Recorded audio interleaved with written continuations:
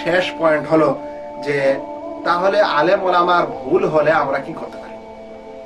আলেম ওলামার ভুল হলে আমরা কি করতে পারি? দুটি আদব খেয়াল রাখবেন।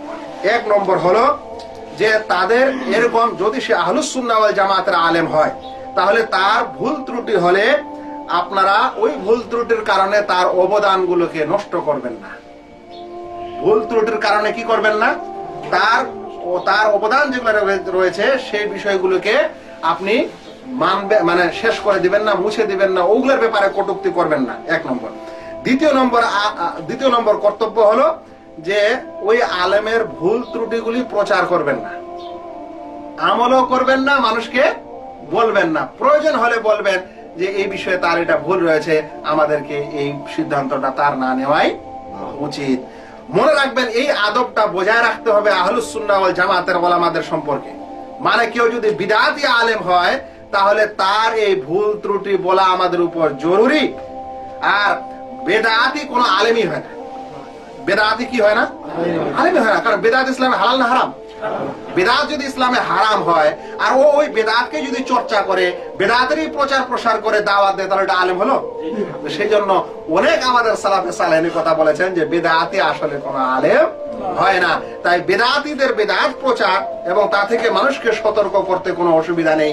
কিন্তু আহলুস সুন্নাহ ওয়াল জামাতের আলেম হলে সেই আলেমের ভুল ত্রুটির কারণে তার সকল অবদানকে নষ্ট করা যাবে না এবং সেই সকল ভুল ত্রুটি প্রচার করা যাবে না, আমল করা যাবে না।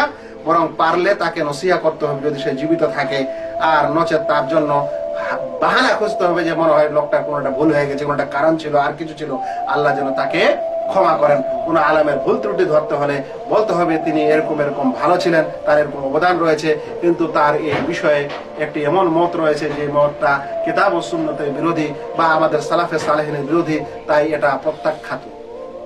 আমি আশা করি আজকে আপনাদের আলোচনা বুঝাতে পেরেছি। আলোচনার সারাংশ হলো সাধারণত এই যে আলেম কোন মানুষ আশা ও আকাঙ্ক্ষা করলেই হওয়া যায় না। আলেম হতে গেলে কোরআন মজিদের আয়াতের সমস্ত বিধানের আয়াতগুলির জ্ঞান রাখতে হবে, অনুরূপ হাদিসগুলির জ্ঞান রাখতে হবে, অনুরূপ ফিকহ এবং উসুলে ফিকহের জ্ঞান রাখতে হবে, উসুলে হাদিসের জ্ঞান রাখতে হবে, নাসিখ মানসুখের জ্ঞান রাখতে হবে এবং ইজমার জ্ঞান রাখতে হবে। এবং ওনারব হলে সবচেয়ে প্রথমে তাকে আরবি ভাষা এবং কোরআন ও হাদিসের ওই ভাষাকে বোঝার যোগ্যতা রাখতে হবে। আর যদি কোন মানুষ আলেম ওলামা আলেম এরকম হয়ে থাকে, পৃথিবীতে এরকম জ্ঞানে দুনিয়াতে থাকেন, তিনি লেখালেখি করেছেন, বই পুস্তক আছে, এরকম আলেমের ভুল ত্রুটি হতে পারে, কিন্তু তার কিছু ভুল ত্রুটির কারণে সকল অবদানকে নষ্ট করা যাবে না, কুনজরে দেখা যাবে না, তার ভুল ত্রুটি প্রচার করা যাবে না এবং আমলও করা যাবে না।